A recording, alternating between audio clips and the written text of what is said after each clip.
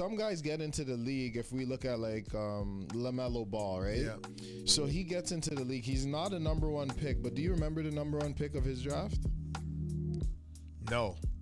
Why not? Because he never made no waves. He didn't do anything he that wasn't distinguished. relevant, even though he was the number one pick. That's crazy. That's absolutely. Do you even remember nuts. number 2? I don't even remember who was the number 2 pick in That's LaMelo crazy. Ball's draft. I That's only remember crazy. LaMelo Ball. And who's To give you a piece of my mind. Five of Normal Bros, and we back at it again. First of all, I'm gonna need you to tell a friend and tell a friend and tell a mother effing friend to follow and subscribe to your boys. We're on Spotify, Apple Podcasts, Google Podcasts, and other podcast platforms as well. You can catch us on YouTube and TikTok. That's Far From Normal Podcast. Make sure you type that into a search engine and see the boys on those clips. We got everything for you. We got the website, www.farfromnormalpodcast.com. We got all the links up there. Make sure you check it out. Of course, YouTube. We're on Instagram as well. That's far_from_normal_podcast. Check it out. You already know. It's your boy Fuzzy Vision. You know I see the world clear. And you know I see the future. And the future is bright. You already know. Fuzzy Vision with 2 N's. If you have any likes, dislikes, rebuttals, or you want to be on the podcast, hit your boy up. Sonny, drop the handle, baby. You already know what it is. It's your boy Sonny Frames. You can catch me on the gram at Sonny, SONNY, Frames, double S at the end. Make sure when you do check out my Instagram page, check out my stories, because I usually post a lot of stuff that has to do with motivation, inspiration, chasing your dream, and execution. So let's not forget, any dream that you're trying to achieve, the only way that you'll ever achieve it is through execution and putting a plan to motion. So make sure that you don't just stay in the dream world, and make sure you make it a reality. You're not that guy, pal. Trust me. You're not that guy. And Fuzzy, let's get him. So remember today we were talking earlier with Jiraiya, we were talking about what makes a person relevant.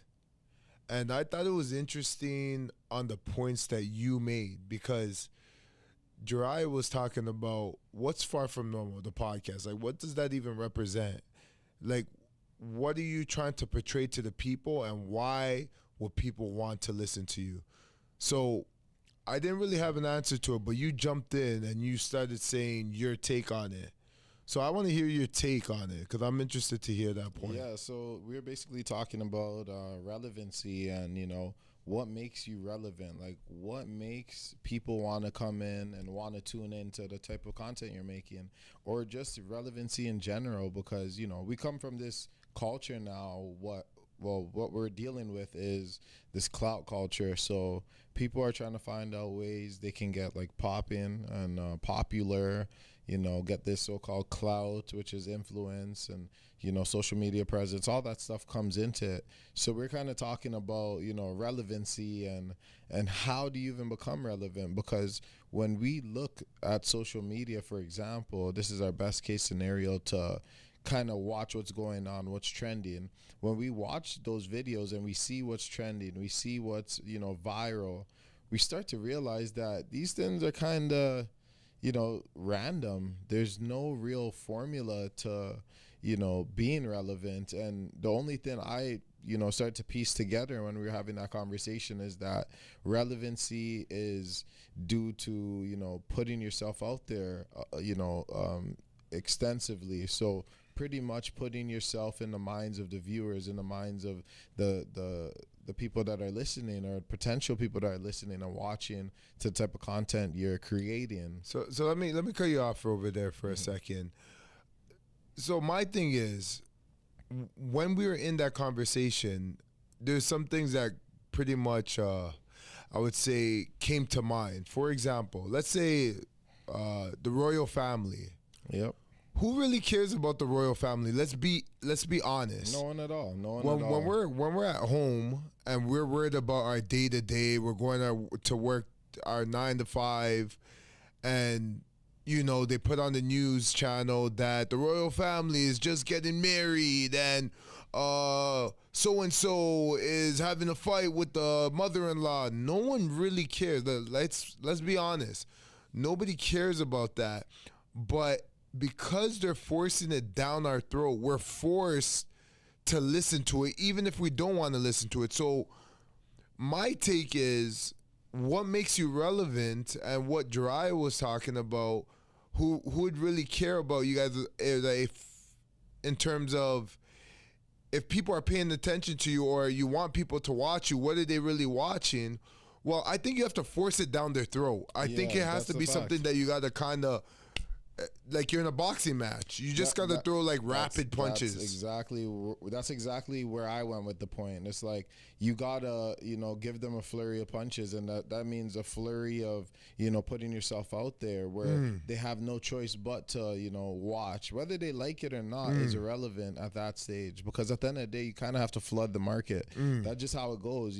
Most people that are popping, or people that are very, big in this industry, or that are doing things, making noise, usually it's because of viral activities, things they're doing that are exploding because it's promoted to a lot of people. You see it all the time. Like, for example, you've heard of Mr. Beast, the YouTuber. Yeah, I've heard how much content have you seriously seen of the dude? I'll be honest, how much content have you I've only seen like clips of. I've never actually watched a full video of Mr. Beast, but I did watch one of his things where he was talking about what it took for him to become famous. That was the only thing I felt that could resonate with me, because the type of content Mr. Beast makes is not the type of content that I would make necessarily. But then again, I could learn from him, even though I might not apply that type of content to our platform.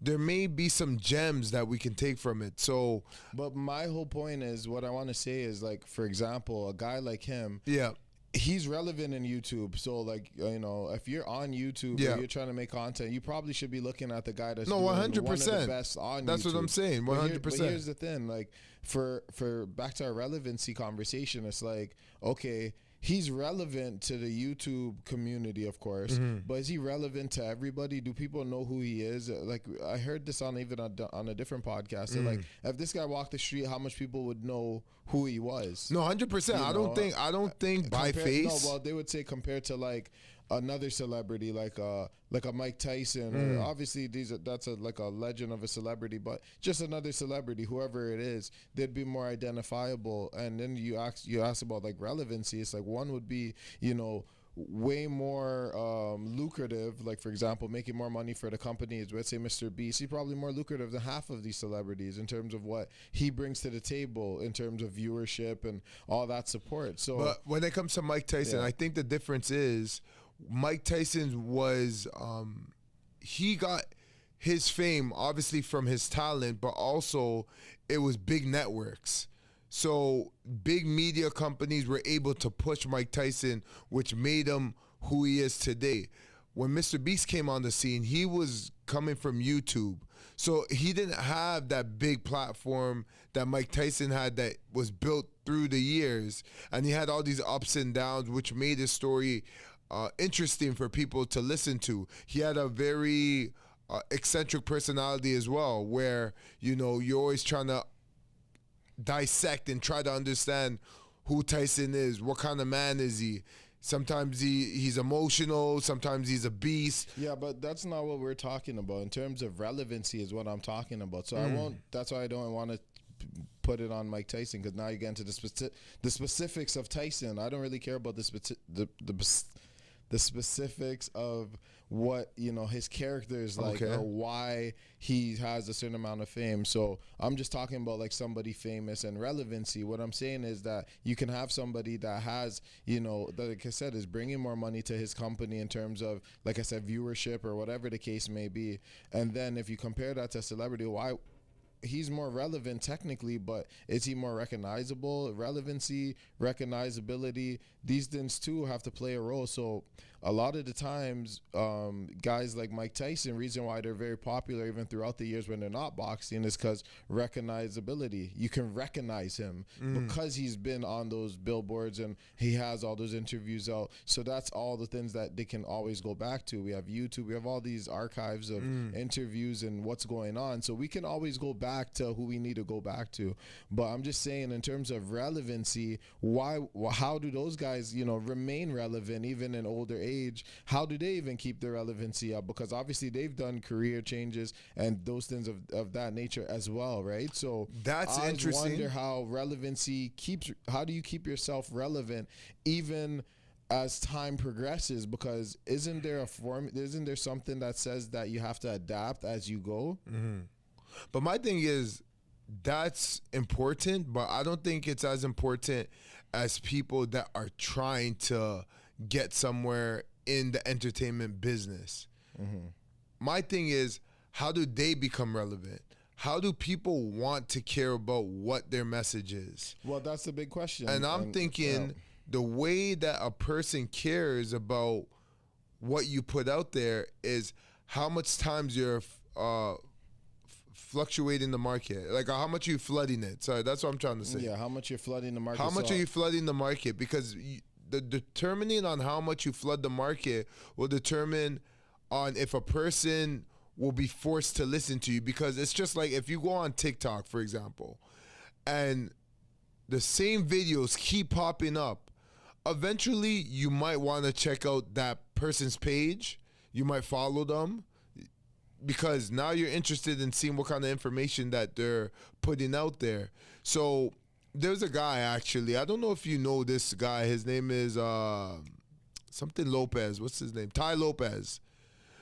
I don't remember what year it was, but he was on YouTube commercials. So every time you got onto YouTube, before you got to see your video, Ty Lopez always popped up. Oh yeah, everyone knows him. Even you know him. You see what I mean? That's what I'm talking about. Everybody knows this guy. So I don't even know what he does. Till this day, I don't even know what he does. He gave some kind of information on his commercials every time he's on YouTube. Yeah, something about investing. Something about investing, something about what kind of books. After all the constant bombardment, I did retain some of the information and some of what he was talking about. But that's my point. He was talking about like a bunch of books he sold. Yeah, so the books. Yeah, so that's what I remember. Yeah. So cars, books, and books. But the point of the matter is that he was constantly bombarding the market. He was constantly flooding the market of just his content.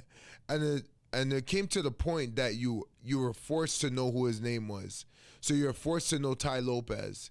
Facts. Even if you don't know what he does, you know his name because he was in your face all the time, every day, all the time. So I think it's mainly comes down to flooding the market, and that's where you win.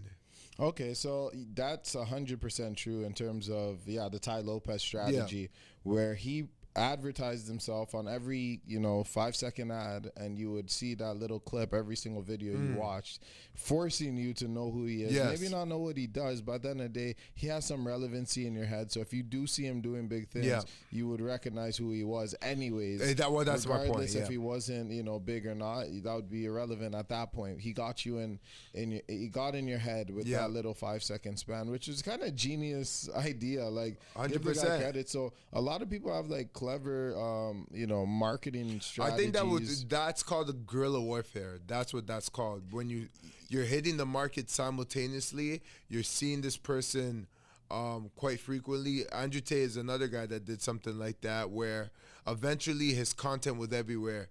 It was hitting TikTok. It was hitting Instagram. That's exactly it, and that's what I want to talk about too. Even how negative press also can help with someone's relevancy.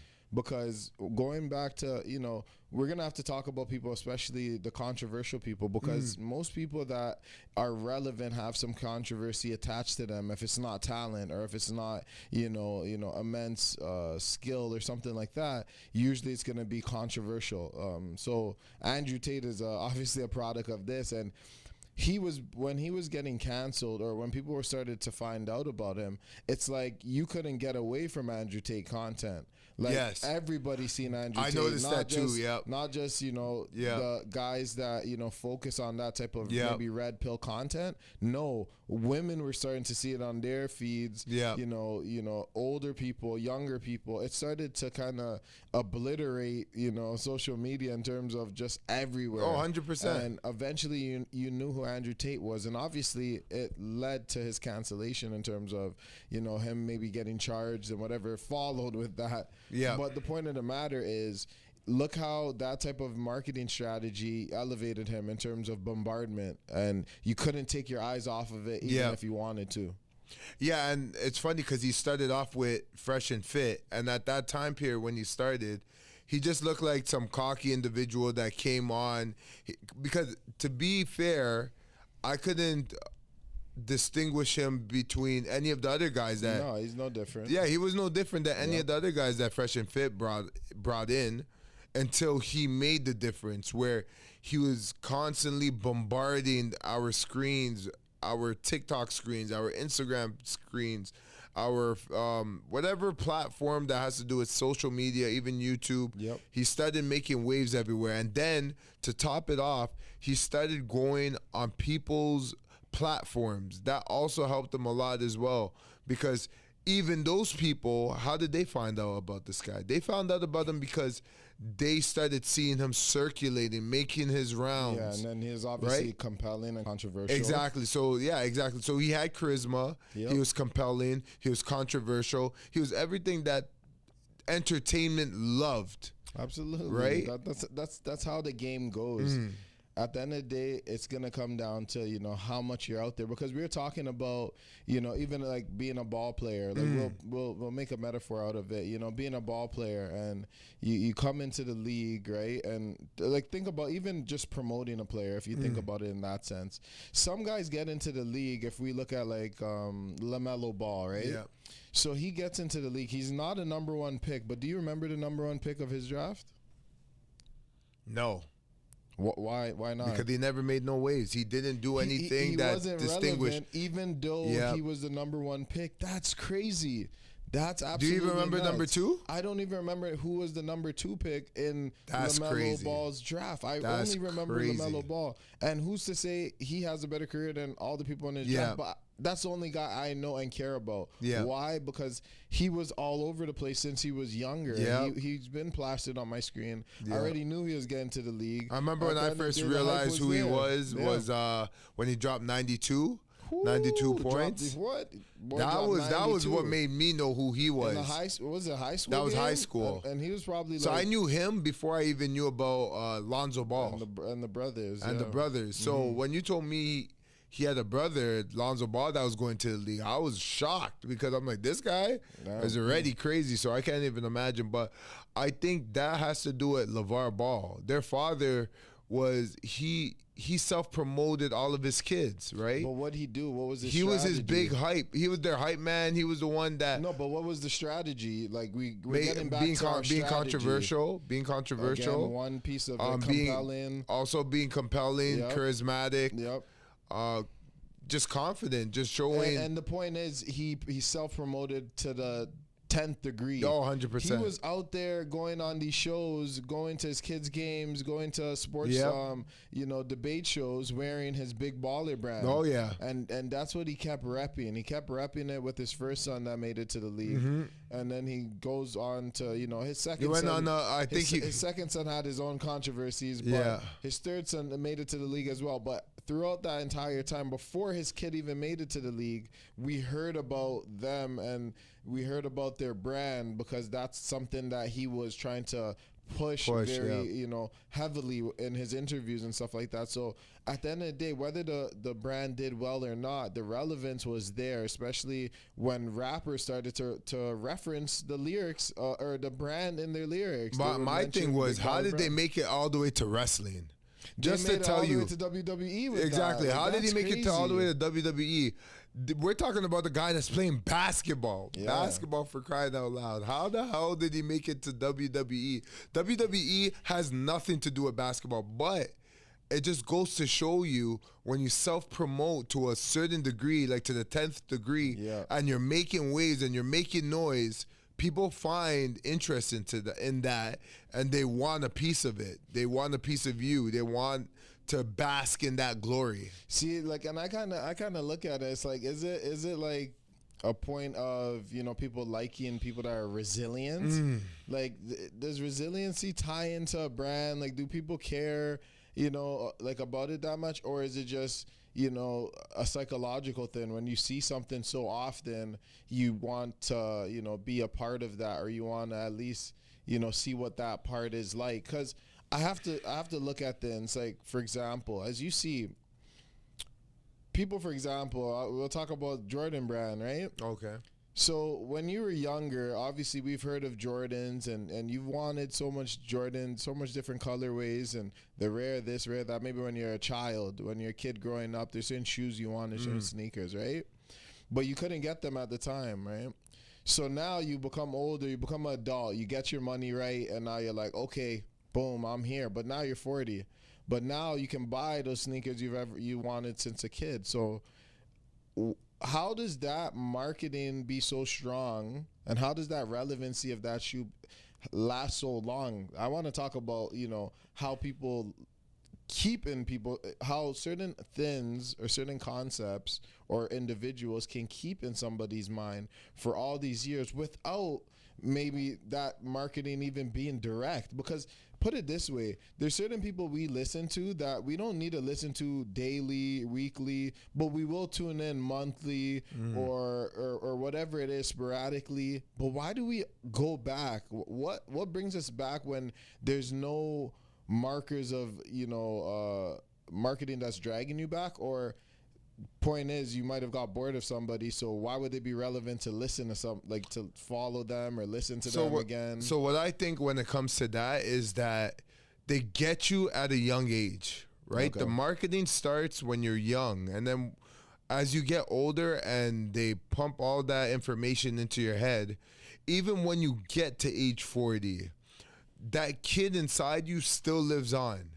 So now, because you couldn't do certain things when you were younger, now that you have the opportunity and you have the resources and the finances to now achieve those things, now you're going backwards. That's what people tend to call a midlife crisis.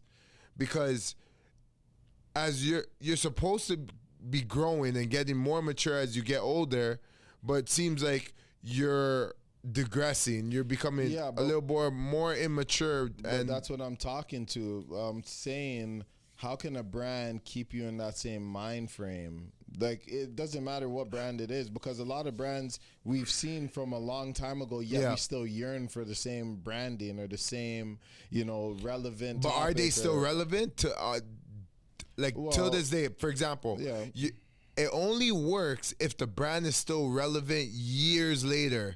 Because, for example, for example, FUBU used to be a brand that people used to be rocking. People don't really rock that anymore. Adidas, that was a big brand back in the day. People always had the Adidas tracksuits.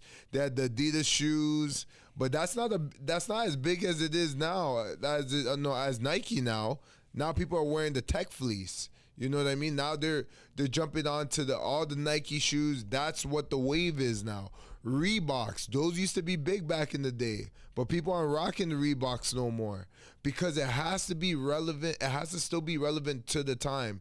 So because Nike has been growing with the time, if somebody's into Jordans when they were younger, they could still be into Jordans till this day. It makes sense. Yeah, you're absolutely right. I mean, you're right. That could translate into, like, later on into the years. But speaking of, you know, relevancy and whatnot, I wanted to talk about, you know, when it comes to holding people's attention, and especially in this newer day, in this newer industry, do you think, I want to talk about, like, the social media aspect of it, because since we live in such a fast-paced society where we look at a video, say for example on TikTok, it's how much seconds? I don't even know what the how much seconds it lasts. Do you know what? 30 seconds? Is it 30 60? So yeah, 30 you got 60 these seconds. quick quick clips, and even in those 30 seconds, a lot of videos that are doing well in the first 5 seconds are going crazy. So they're flipping through, you know, mad photos or, you know, quick shots, and just basically capturing your attention within 5 seconds before you flip to the next, you know, TikTok video.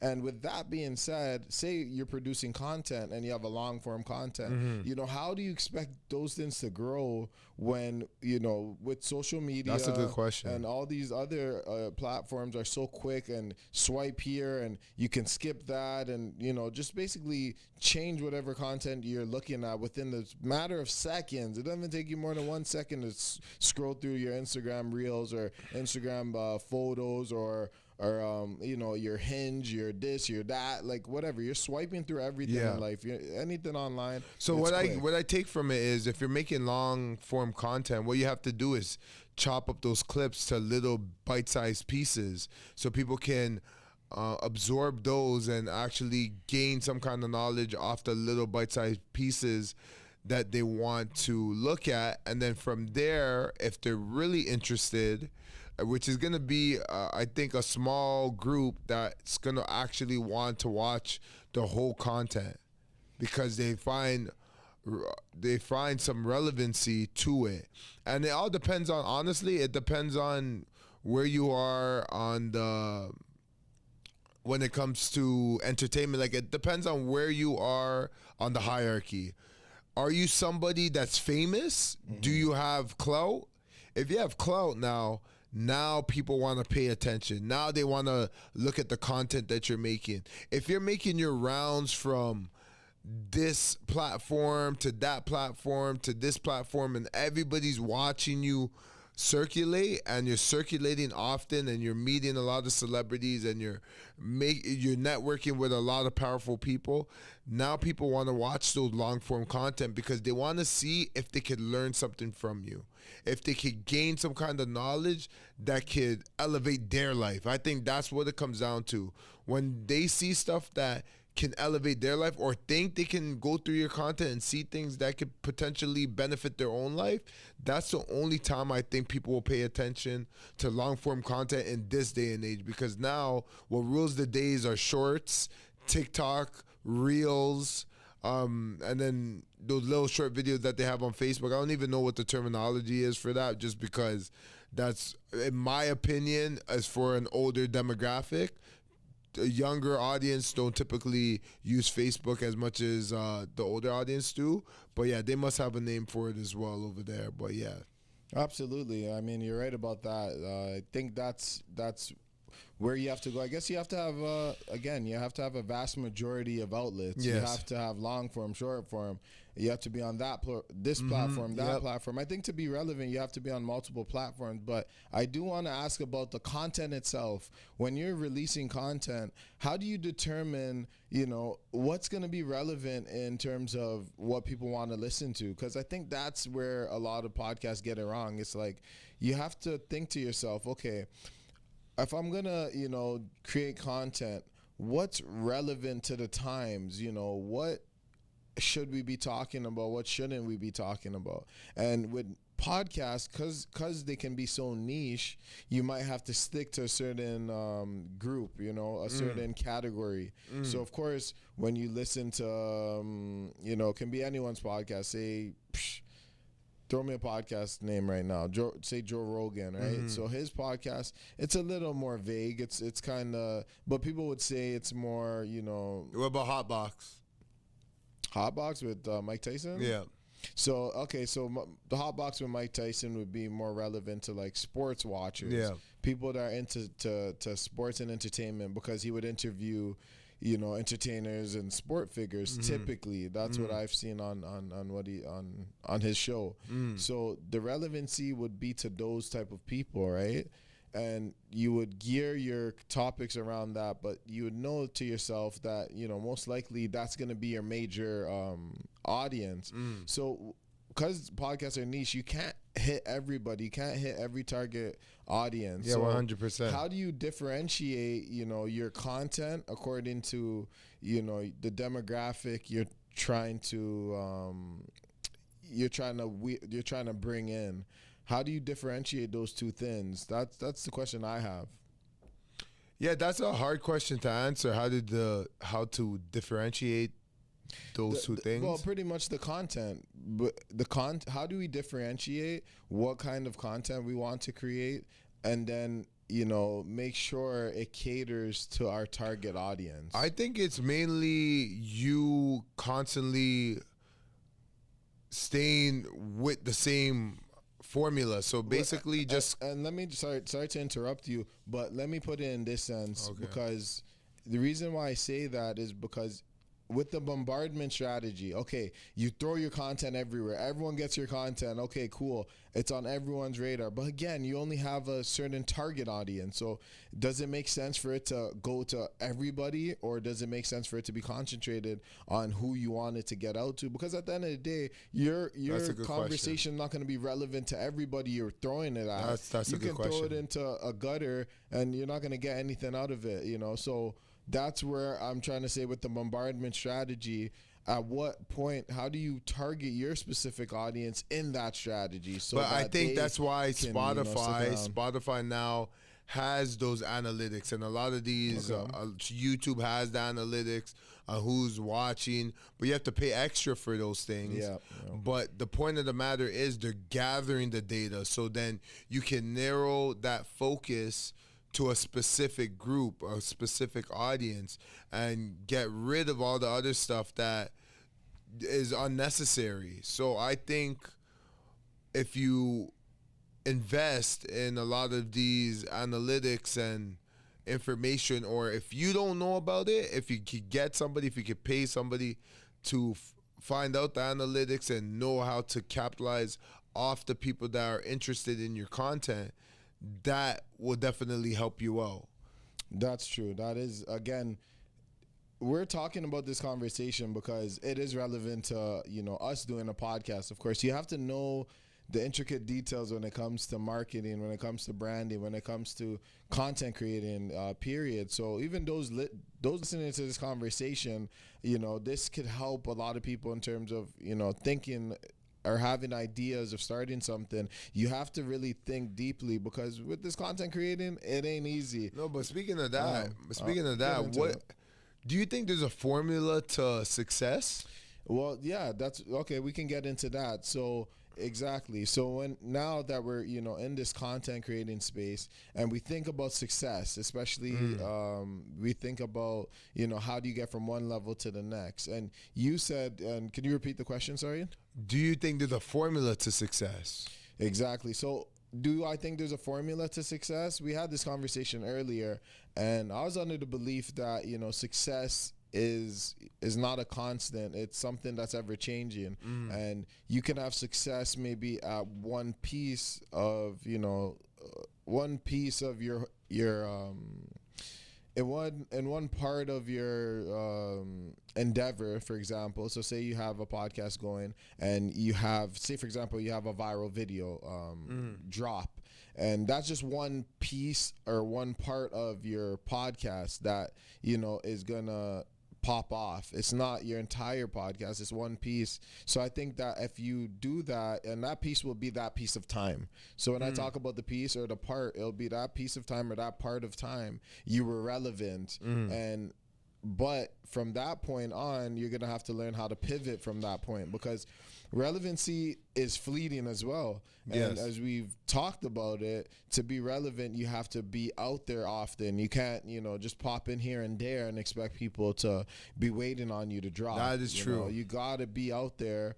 So I think that, when it comes to success, I think that success takes many steps, and you can be successful to a certain degree, but doesn't mean you've hit a pinnacle. I don't think there's any pinnacle of success. I think it's just something of progression. I think I like to use the word progression more than success, because progression means you're getting better as time progresses, right? So as time progresses, as long as you're getting better, there's no need to, feel bad about that, because you're ascending as time goes on, and you're going to reach heights that maybe you never even thought about, as long as you keep on this trajectory.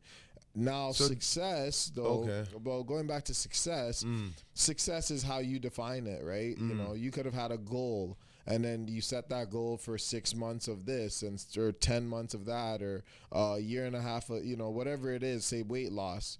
And if you lost, say, for example, 20 pounds, or say 50 pounds in a year's time, and that was your goal, well, that would have been a success according to the plan you had in place. Yes. So I think success is determined by the plan you have in place for whatever it is.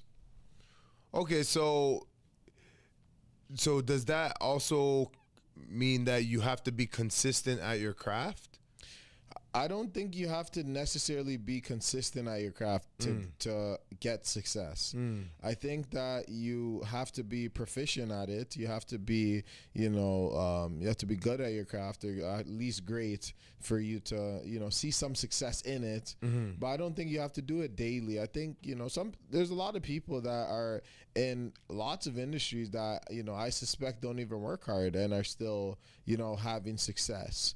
It's just any industry you think about. Like, I think that timing has a lot to do with success, and sometimes we take too much credit for our own success, not knowing that, timing played a big role into us being where we're at, especially if you think about timing in its grand scheme of things, because we can look look at timing as, oh, you walked into that room at the right time. No, I'm not talking about that type of time. I'm talking about your geographic area where you live, that time that your parents had, like people before you that set you up. That's true. Timing is not just your own timing. It's timing of when your parents decided to meet and deciding to, bring you here if you're an immigrant, et cetera, et cetera. There's so much different factors. So I say timing is everything because, again, say, for example, if you had, such luck to be in a time where your parent was making money and now you benefit off of that and you're able to leverage that, like, kudos to you. You had perfect timing. You're born in the right time where you could take advantage of that, right? So I say timing is everything, even when it comes to success. I think you have to be at the right place at the right time. A lot of the times, I think there's not such a big difference between one person from the next, especially in our world. There's many people. I could definitely believe that. There's billions of people. There's a lot of people to go around. We can't just think that we're special and only we should get success. But I think you have to believe you're special for things to actually happen. You have to have a level of delusion, because if you don't and you behave like everybody else, the results will be like everybody else. You wouldn't stand out. You wouldn't be different. You wouldn't be far from normal. You would be in mediocre land or average street for the rest of your days, because you see what other people are doing on a typical day, and you're going to be like, well, this seems like this is the right thing to do. I hear it for guys that are trying to get married, or guys that didn't get married, but they have friends that did get married. And usually when I ask them why are they getting married, they're like, well, I look around, everybody's getting married, and it's the thing to do. What do you mean it's the thing to do? You don't think for yourself? I'm not thinking it's the thing to do because I'm watching other people get married. I'm checking for myself. Does it make sense to me? Everybody's situation is different, just like success. Everybody, how they got to their success is different. So it's kind of hard to label a path of which way to gather or get success because of that. So when I say marriage, I'm just talking about that the typical person usually follows the group that they're amongst.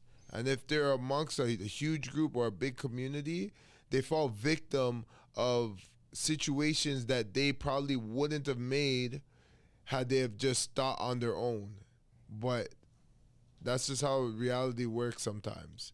No, that's for sure going to be the case in many cases. But again, like I said, when it comes to success, it's how you determine, and success doesn't have to be something grand. It can be, as simple as starting something. So people have to understand, like, even levels of success, you're saying, right? Pardon? So you're saying that there's different levels to success. There's one. Yeah, there's different levels or concepts of success, right? Because again, like for us, we started this podcast. For me, I call that a success, where we've landed, where we are, mentality wise, having these, like high vibration information, conversations, and just, you know, bringing people on the network and everything that comes with, you know, having a podcast and opening yourself up, giving your opinion out there, dealing with criticism. A lot of those things are considered, you know, a success to your old self, right? Like if you look at yourself, say 3 years ago, before you had done this, and you could see in the future that you'd be at this age, you'd be like, damn, like we did that, like we're gonna do this. Like, doesn't matter if you've, you know, popped off or you're, you know, this big superstar. That's not gonna determine what you consider success from where you started. So that's what I mean about success. It comes in stages and it comes in different little small parts, because for me, you know, reaching this point with my brother, doing something like this, making sure this works and we're here and we're working hard on it, that's a success to me. That's a success because that's a testament of our relationship and what we're able to do and accomplish together. So that's the thing about success, where success doesn't have to be this grandiose thing. But if we're talking about business now, so let's have a business talk now. Okay. Because if we're talking about business now, success will be based on our numbers, based on, you know, what we're generating. A lot of the time, that's what we're going to be judged by, at least. Yeah, And results. That's at least what we're judged by now, because Results. again, people want to see, you know, what makes you guys special, or why should we tune in? Do you have enough viewers? Do you have enough support? When should we jump in now, or should we wait? Have you noticed that? That's the Yeah. first question that they always ask you. So if you ever have a YouTube channel, Yeah. or if you have your podcast on Spotify, the first thing they don't ask you, oh man, that's crazy, you're on Spotify? They don't say that. The first thing they ask you, how many followers do you have? How many viewers? How many viewers do you have? How many people are listening to your content? What's the relevancy in that? You didn't even ask me how I got on the platform. Or congratulations for starting. The congratulations for starting. They already focus on, and how much are you making? I know it's kind of hard in that industry, but how many views do you have to get before you start actually making money from this specific platform? They're never concerned about what it took to get on the platform. They're always concerned of the aftermath and what comes after. So they want to see the success. They don't care about the struggle or how you get there. Yes, you're gonna have to deal with this with people. So like, if you're a content creator, just know the criticism is coming towards you. Just know people are gonna inquire about, you know, certain things, and certain things that are relevant to them that you wouldn't even give to them had you had, you know, whether your business was straight or not. These are things you wouldn't have a conversation with no random person, or even a person that may be an associate, 100%. not even a friend of yours. You get what I mean? 100%. Because at the end of the day, what you're doing is especially if you're doing it for those sakes, like to make money or to make a living or to have a side, you know, hustle, whatever the case may be. Obviously, you wouldn't discuss, you know, all those intricate details, but it seems that like people usually want to chime in and see what's going on before they kind of, you know, jump in, especially even joining the podcast. So even like people coming on, you know, a lot of the times, whether, you know, these people that may come on might not even be an influencer, don't have any followers or nothing that's gonna necessarily elevate the platform, but they still, you know, might want to know, you know, the relevancy of the platform. And no, I think they want the experience of being on the podcast. so? I think Okay. it's a sense of importance. So when these people do come on and they don't have this crazy following, or they're not really on social media like that, but the fact that they're being invited to a podcast and to speak their mind on a platform, it doesn't really necessarily matter what platform it is. The fact that they could go on air sometimes gives them this special feeling that, oh wow, this is a great experience. This is a great opportunity for me to get off whatever I want to get off in my head. I can now put it on the platform, regardless if it makes sense to the platform or not. They don't really care about that. They just care about they have an opportunity to go on the platform and just speak however they feel like speaking.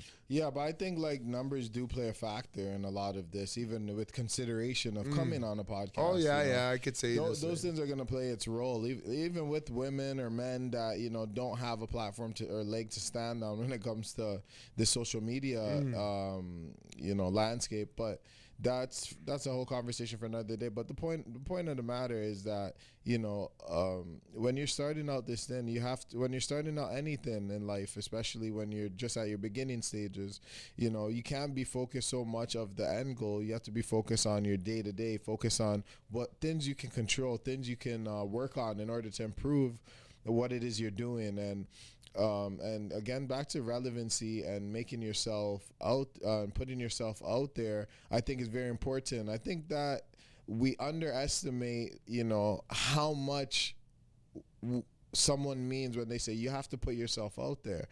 We always just think, okay, you have to put yourself out there. Okay, you make a YouTube page. Okay, I post one thing and then I sit down for a week, or I go on Instagram and I post, a picture, and then I wait a month, and then so. If you're living like that, there's no way, you're going to pop off. I guess that's the main point of this whole 100%. Conversation. The thing is, the platform... Let me just finish what I'm trying to say here. The main thing, if you want to get popping, you're going to have to use these platforms to your advantage. And the point of these platforms, as any platform, is high usage. So the more you use the platform, the more the platform will help promote you. And that's how it works for YouTube. That's how it works for TikTok. That's how it works for a lot of these companies. Now, they have other algorithmic components to that, but the one that you can control is, of course, the volume in which you release stuff, the volume in which you put yourself out there, and that will do its own job in terms of maybe making people want to tune in more. Okay, so what I was trying to say to that point is that, yes, you're right. You do have to put a certain amount of content out there for the algorithm to hit and to share the information that you got going on. But at the same time, a lot of these platforms now want a financial incentive to actually push your page. Yes. They want you to invest on the platform. Now they're like, okay, this guy's actually serious. This woman's actually serious. Now we can really pump their content out. That's why for the Hinge and the Tinders and those dating apps, the only time guys are able to get what they're looking for is when they pay for a premium. Because that's different than just you just going on the app regularly. Like you not paying for the app and you paying on the app makes a big difference. And I think that same equivalence goes to YouTube, that goes to Instagram, that goes to TikTok. It goes to even just the advertisement aspect of it.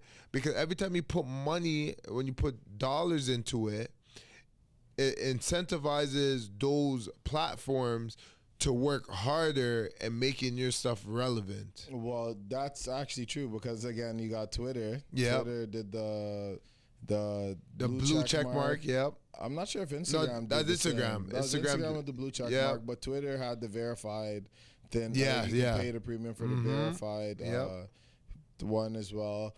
And pretty much, so platforms are starting to realize this, and that's why, it's so hard to know what's going to work or not, because these platforms are ever changing, and again, they're algorithmic. So a lot of the times you can crack the code today, but tomorrow the code changes, and it's not the same. The way people got popping back in the day, for example, on YouTube or Instagram is not the same as now, because there's new platform, new rules. Certain things you could have said yesterday, you can't say today. So there's always ever changing rules in the game, and if you don't adjust to that, you're just going to be left behind. This is why we see guys that are popping. How much guys we seen on YouTube that have been popping that we're like, yeah, this guy's doing it, then give it 2, 3, 4 years, they're nowhere to be found. Their YouTube pages collapse. I think it's because their foundation wasn't strong enough. I think that's why it collapsed. You think their foundation wasn't strong enough? Yeah, I think that they moved so fast that because they didn't build a strong enough base for which to continuously elevate and to pump out consistent content that people are willing to look at and listen to, that's why they fell off. It's no different than the music industry where these guys, they have this one hit and they think that one hit is going to carry them to the top. But there's other people that took time in building their archive, and then eventually when they did hit, they already had a archive prior to that song that hit. Yeah. And they just keep going with that flow, and they keep going with that consistency because they've already built the habits. They've already built the strictness that they needed in order for them to elevate to the next level. So when they get to a certain level, they were prepared. So they know what to expect. They'll make the adjustments needed. They'll adapt to the situation because every year there's something different that's going on. There's new trends. There's new producers that are making new sounds, and you got to know how to work with these things. And it's the same thing with the whole content game. I think you got to stay, your ear has to be to the ground. You got to constantly be looking at different content. You have to look at what's trending. You got to look at topics that represent what you're talking about too, because that's important too. Those talking points. What could you do or say that's a little different from the other person that was talking about it? Because at the same time, we all have different personalities. In that, we don't necessarily need to speak on a specific topic the same way another person spoke on a specific topic. And that differentiation is what's going to lead certain people to gravitate towards what you're putting out rather than what the other person's putting out. That's true. That is true. But again, it's gonna, unfortunately, since you're using platforms that aren't operated by, of course, you're subjected to how they wanna promote you or put your message out, or who they want to put your message out to. Because you can have the correct message and your target audience, obviously, but does that mean that's getting pushed out or pumped out to those type of people? That could be the problem with you not being relevant in certain circumstances, because you're thinking, okay, well, for some reason people aren't liking the content, but at the end of the day, these companies aren't showing your content to every goddamn person. They're showing it to a couple people. They're not showing it to everyone. They're showing it to a couple people. They're experimenting with it. They're doing their little campaigns and experiment. I'll drop it here and I'll drop it there, and if they didn't like it, maybe I'll drop it to that demographic or this group of people, and they kind of try it out. This is how even our content can go global, right? Like, they have to test try it. They're not going to just publicly put it in every single country, because they're going to be, wait, this is not relevant in certain countries, this is relevant in certain areas, we'll put in areas that seems to be relevant in, but we'll experiment. So sometimes depending on your content, especially if you change your content constantly, you might have people that like certain content, and then the same people could hate your other content. It just depends on the topics that is true. You do. So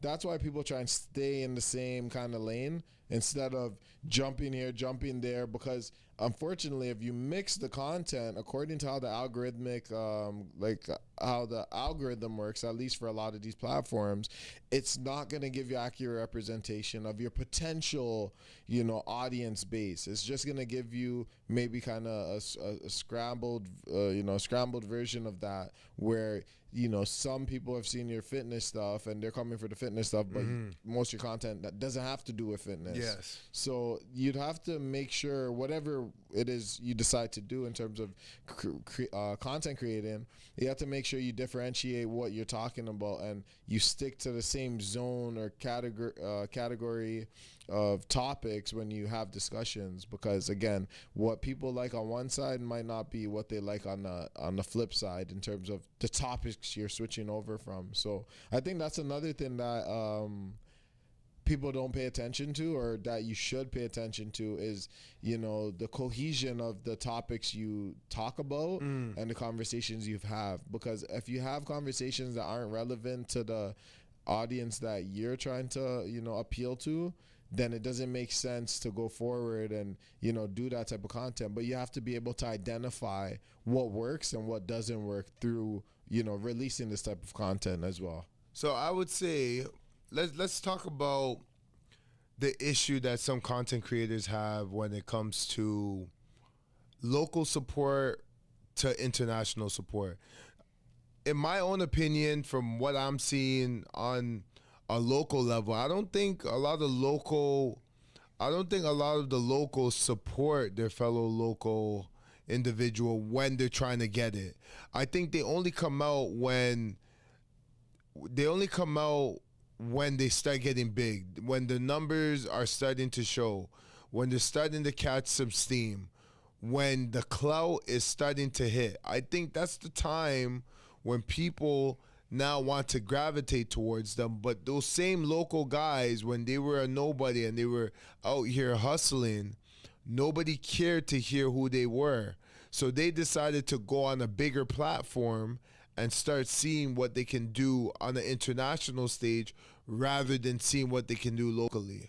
I think you have to test your options. You have to you have to say to yourself that the world is my oyster. I can do whatever, wherever.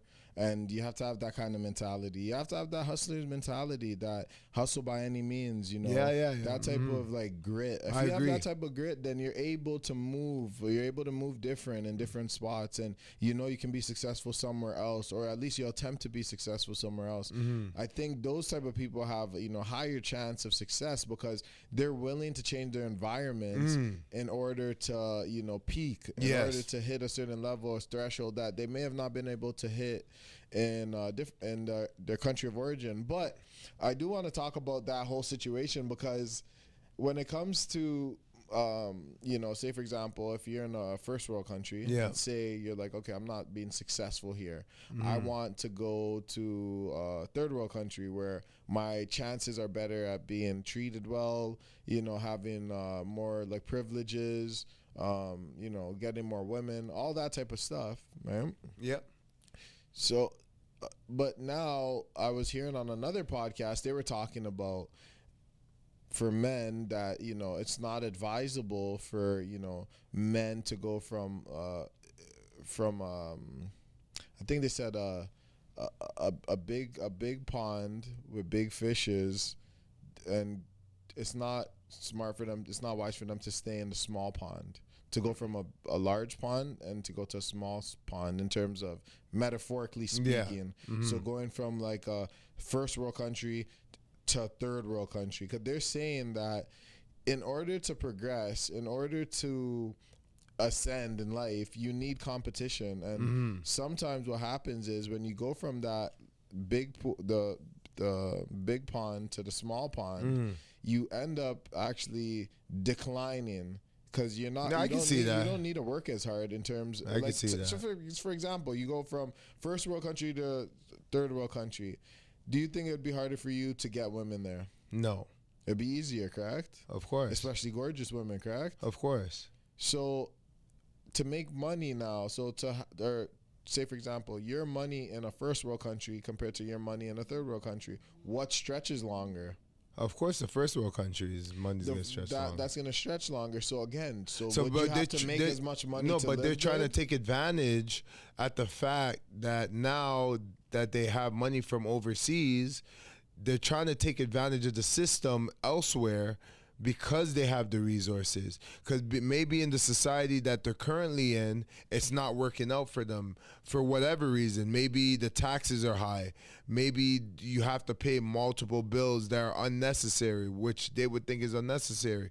I mean, in the first world, there's a lot of stuff that you have to pay for that you could do without in a third world or a second world. But what I'm saying is, for that matter, what I'm saying is there's two sides to it. So there's the one side where, of course, you have all those advantages, right? You have all those advantages. So logically speaking and rationally speaking, it would make more sense for you to take your money from a first world country, go to a third world country, try and set yourself up lifestyle wise the same way at a cheaper cost. It would make more sense. Of course, like obviously living expenses would be far more cheaper in a third world country. If you talk about food, it would be far more cheaper. So all your day-to-day basic stuff will be far more cheaper. So only an idiot, pretty much, if you're looking in the standpoint of logic, only an idiot would remain in the first world country to live a worse life than they would if they went to a third world country, like with the money that they have, right?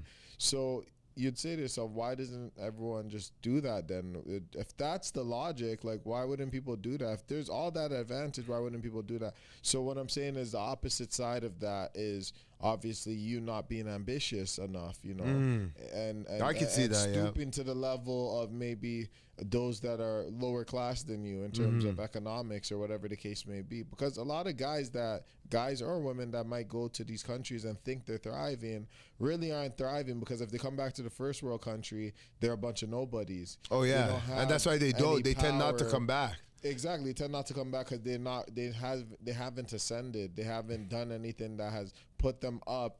Nor do they want to compete. They don't want to compete. And that's why I was talking about the whole thing of what I seen where they said that it's not really advisable in some instances for you to go from a big pond to small pond and thinking that, oh, well, it's easier here.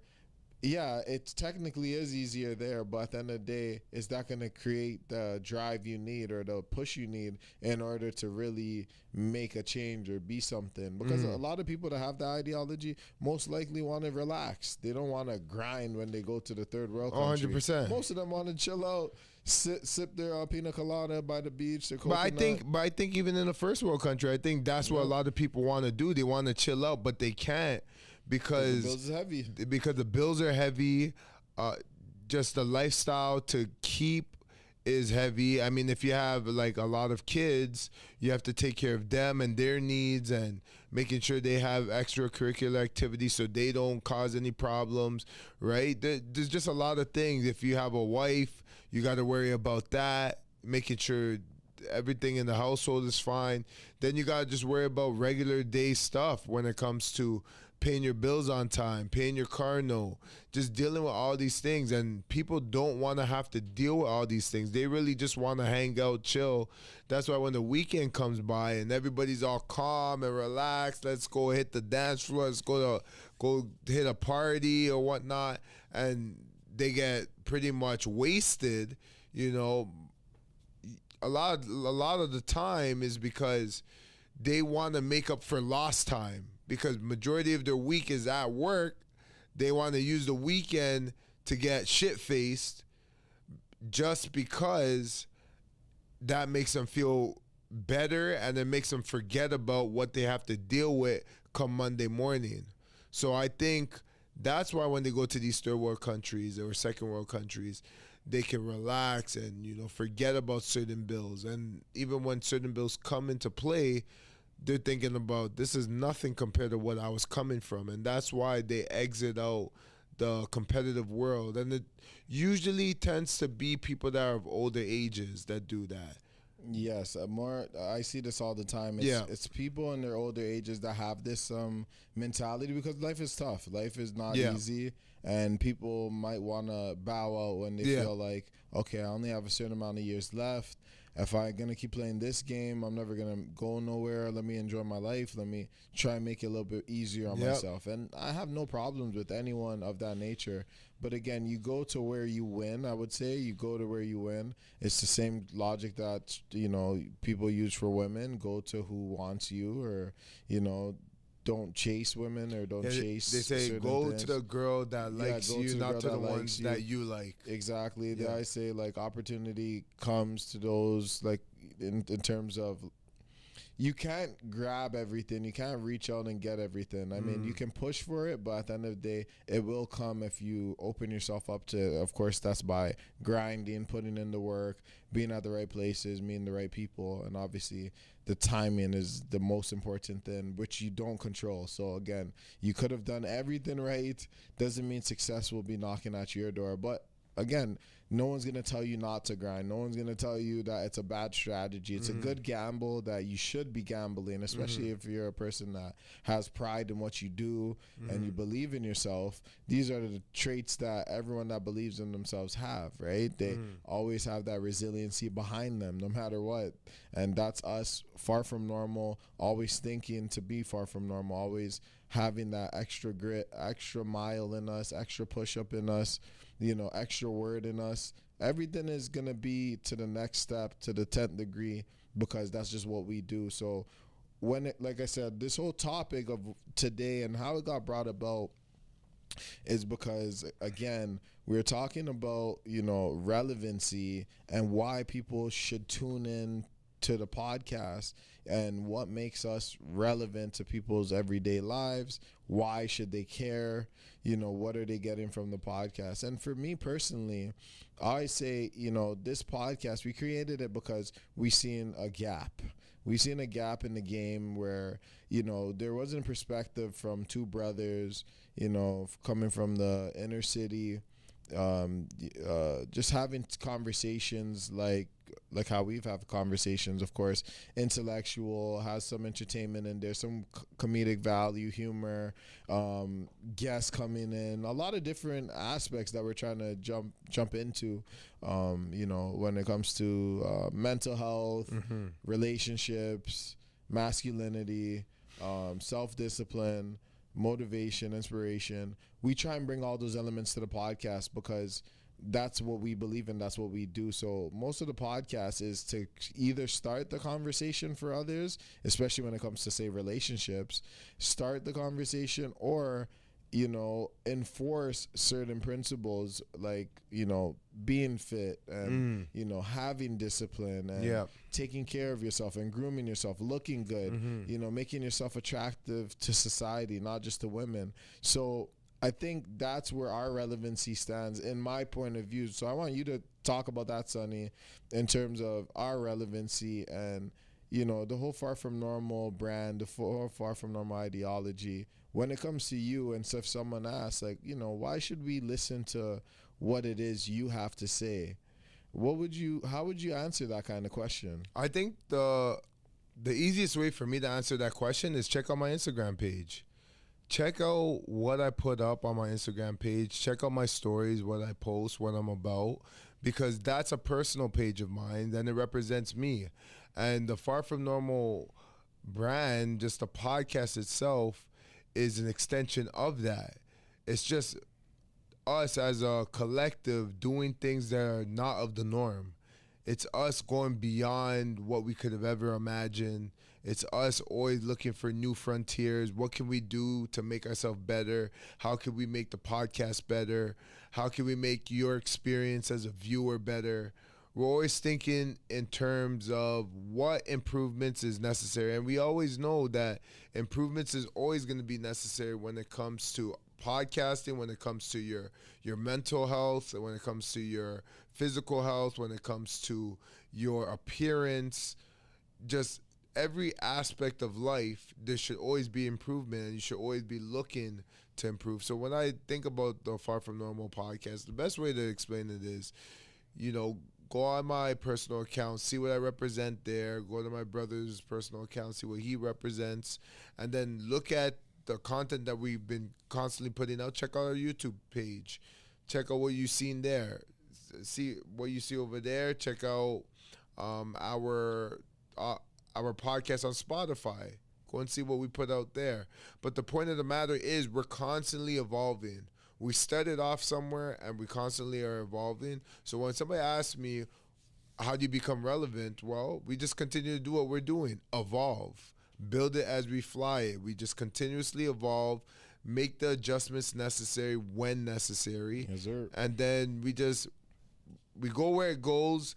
We don't have no timeline for when things will change, but we can guarantee you something, that it will change, because we never stop trying to grow.